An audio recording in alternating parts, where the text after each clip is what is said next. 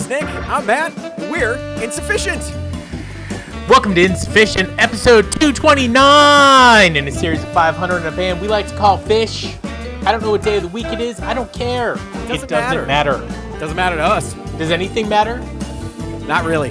Anyone can sing. Is that the line? Can sing. Let Trey sing. Yeah, let Trey sing. Dude, that's a Trey t-shirt. Always sings. That's a but t-shirt. it's ridiculous. Let Trey sing. It's ridiculous. He always sings. Do you think that, like, somewhere inside of Trey, he's got this, like, super sappy singer-songwriter song that he's written?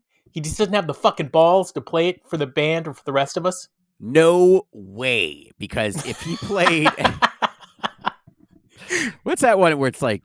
I forget the name of it, where they're on the pirate ship. Soul Planet. If he's got the balls to play Soul Planet, he'll do anything. That's a hot take. Speaking of balls, like, how about the fact that these guys are absolutely destroying the Rock and Roll Hall of Fame voting? So great question. Like, destroying it. Is it because out of all 14 of the potential nominees that Phish is just the greatest band that's there? Well, I think is it the Phish fans are fucking rabid psychos and we can't stop voting? Correct. So I don't think that the Rock and Roll Hall of Fame ever had to deal with such an influx of voting because they didn't understand how intense the fan base is. Maybe for the Dead. They probably did for the Dead. So when the Dead got in, they're like, whoa. But I think the average voting donated their life to Soundgarden. No. That's weird. That would be weird. That would be very strange. Dude, I've seen every single Soundgarden. Or Chubby Checker. I devote my fucking musical career to Chubby Checker. I would do that. No. Dude, once you hear a couple of his songs, you're like, okay, I get it. It's all the same. Twist again. It's like Chuck Berry. You know Same what? Thing. I think on Friday of this week, we talk about Chubby? is like in a few days, I'm going to fucking have like a disregardamnation on Chubby Checker. On Chubby. Yeah. And not the one in your pants. Both. Oh, okay. How they connect? Oh, they connect. Yeah. They dock real nice. Oh. But I think if you look at the average voting, it's really what you see below Phish, right? That's probably what the Rock and Roll Hall of Fame is used to. But they're not used to like 122,000 votes. Like, I don't think they're used to that. I'd like to see what some of the other numbers were. You did? No. I mean, from other years. Oh, that's interesting. Yeah, I would too. And that reminds me of the age-old question. If you're not above me, you are... below me. Yeah. Matt, I'm excited about today's show. First of all, I'm also excited about something else. You and I were talking over the weekend, and I listen to Phish Radio. You don't listen to it. No, I don't. I do. I really like some of the people on there. There's one person that we don't like. I like her. I like, was it Jonathan? Yep. And it dawned upon me that these guys do a free concert 3 times a day, usually the same one. And I think we should talk to them, get an idea of what shows they're going to do, and then we could talk about it, tell our fans, and then they can listen to Phish Radio. So it becomes to Elisa? Well, I mean, dude, don't give it away. Don't give it away. But last week we talked about, or earlier this week we talked about this show that had McGrupp. Yeah. I hadn't heard McGrupp in a while. Was it Darian that we were talking about? I don't know what it was, because we talk about Phish all the time. Yeah, I don't even remember. And we don't even listen to the sound of our own voice. But the show that we talked about was on Phish Radio, part of it. Woo. I listened to it, including that McGrupp, and I was like, oh, I do like McGrupp. Chicago, Illinois, 60652. Time and reason for the season. Bad. Yeah, it's like a recap. Yeah, it's good. It's a recap song. Yeah. Yeah. I like it. And it's not really played. But let's McGrupp song. So today I'm excited about this. Originally we were just going to talk about Slip, Stitch, and Pass. But I was STP. like, why? Right, what STP? Stone Temple Pilots. Yeah. Why? That's good. Dude, worse. Dude, I saw that coming. Is there a worse band than Stone Temple Pilots? I just can't stand the lead singer and his. And this I thing. feel dude, it is. You know what? It's pretty When quintessential. the dog began to smell her. Grunge music from the 90s. I prefer not. I can't believe I went to high school during that shit. Some of them got together with Guns N' Roses, and then they had. I'd be into that. Yeah, but that's what it's that fucking band, Velvet Revolver was. Ooh. Velvet Revolver was the lead singer, a couple of people from STP, and then Guns N' Roses. Okay. That was the mashup. So listen, we were going to talk about Slip, Stitch, and Pass, just that album. But it's like, why do that when we could just talk about the whole fucking show? Because it wasn't just those songs that were great. The whole show was great. Whole show was great. So Saturday, 3/1/1997. Can you say this name? Yes. Markthal? Markethal? It's in Hamburg, Germany. God damn it. Markthal. It's Markthal? Markthal. Yeah, Markthal. Markthal. And hamburger. It's in Hamburger, Germany. Yeah, this place is crazy. I've never seen what it looks like. I just know that Trey thought it was a really cool room because he talked about it in the show. He made reference to it. They still do shows, not very many per year. So, like for 2025, they've got 2 shows coming up. Yeah. It's basically just a market. Yeah. It's cool. It is really cool. So, sound check, bang a gong, get it on. Get it on. That's funny. I like that. I wish they played that song. Get it on. Dude, I would cream my goddamn jeans to see Phish play this.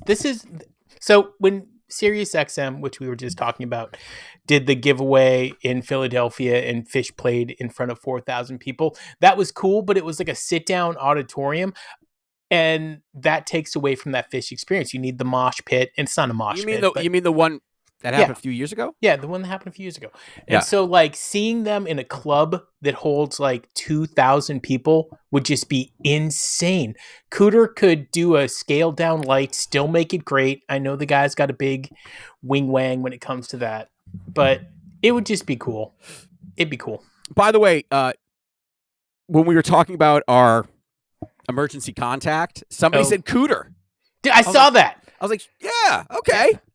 I was going to write Brad. Brad. Even though he doesn't work for you anymore. No.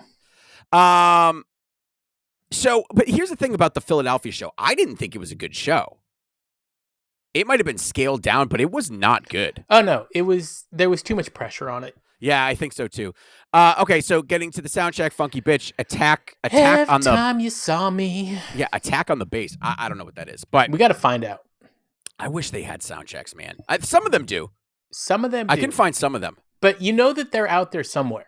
And so if you're that guy, probably Languedoc, who's just chilling, why don't you release some cool sound checks? Give us a peek behind the curtain, sick. you dick. Just sound checks. Yeah. All right. Matt, just sound checks. People want that. Absolutely. People want that. I mean, I want it because I always bring it up when we talk about Snow. I want it. Set 1. Now, this was on the album Cities. Remember, the Slip, Stitch, and Pass album is a combination of Set 1 and Set 2. Which is wild because it's flawlessly just 6 or 7 songs in a row that are just amazing. I know, but it's like, why didn't they put all of it? Because it was all They really didn't good. want to release 2 discs. Oh, is that bad what it for was? the environment? Somebody said, because when we said, why did they put a live one on 2 discs? Someone says, don't you remember that it could only hold so much music on one disc? I was like, oh, yeah, shit. You jackass. I said that on the podcast. Oh, no, it's somebody when the hosts aren't listening. It's somebody reiterated. Set 1, Cities. this has got to be my favorite Cities. I love this fucking song. I love it when I hear other people play it. I love it when I hear Phish plays it. It's a great song. Great version. I love it when Trey says, "Are those things real?" Nice. 9. No, he says 9. He says 9? Not yeah, because that means no in German. I know, but I thought he said nice.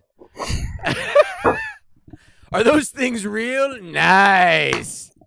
That's what I thought he said. So you think he's playing this show? Yes. And there's like a chick with a rack in the front row.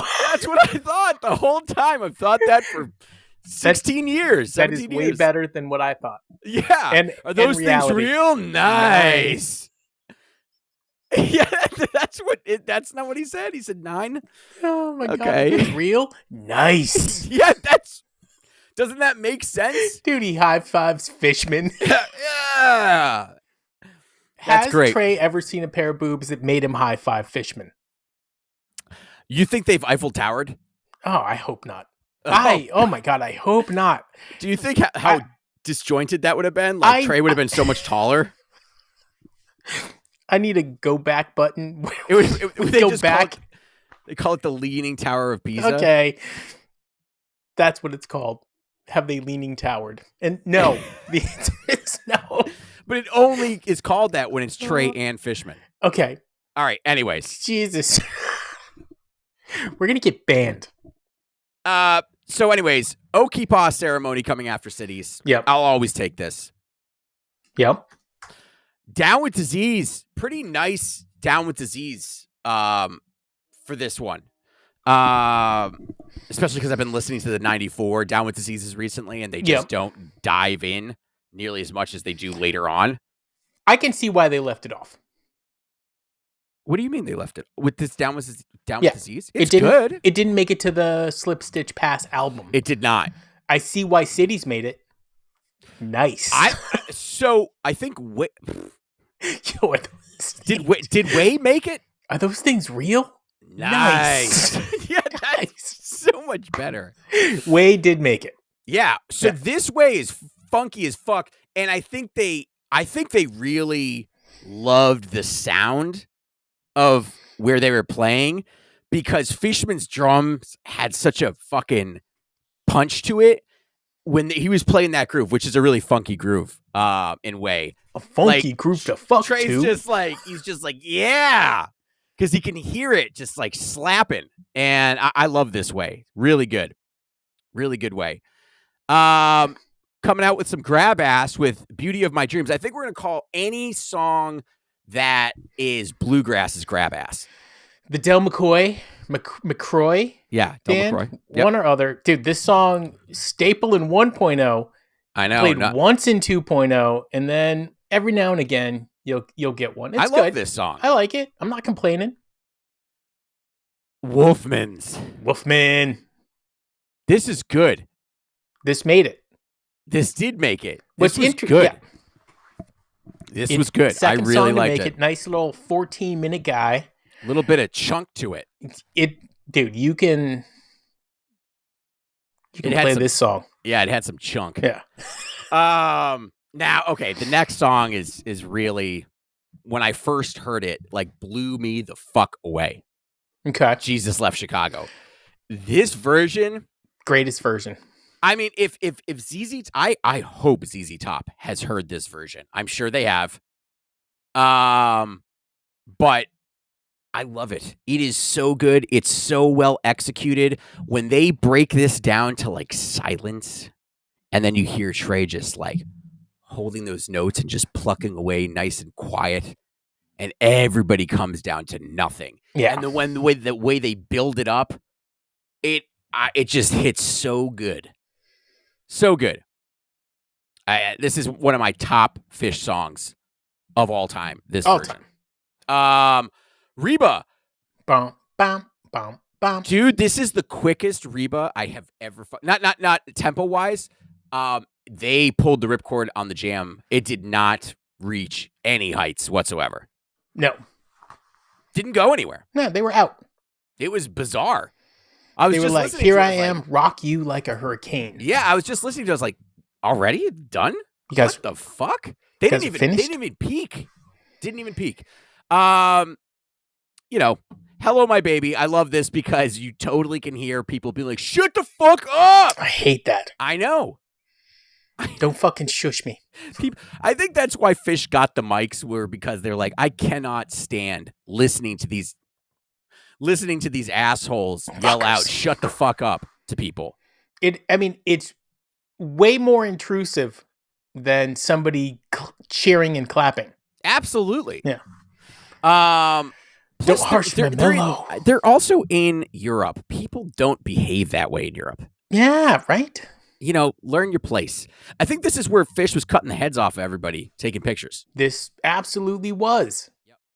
Todd Phillips was there, man. Dude, Todd Phillips, what a fucking jackass. Yeah. Sorry, Todd.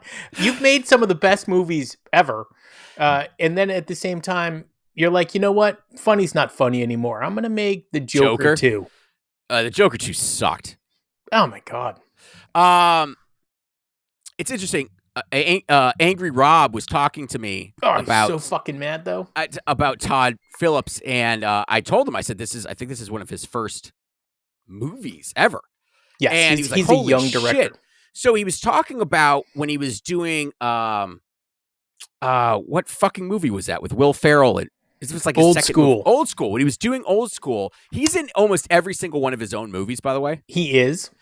It is the first scripted line that he ever had when he knocks on the door. He says, I'm here for the gangbang. Yeah, yes.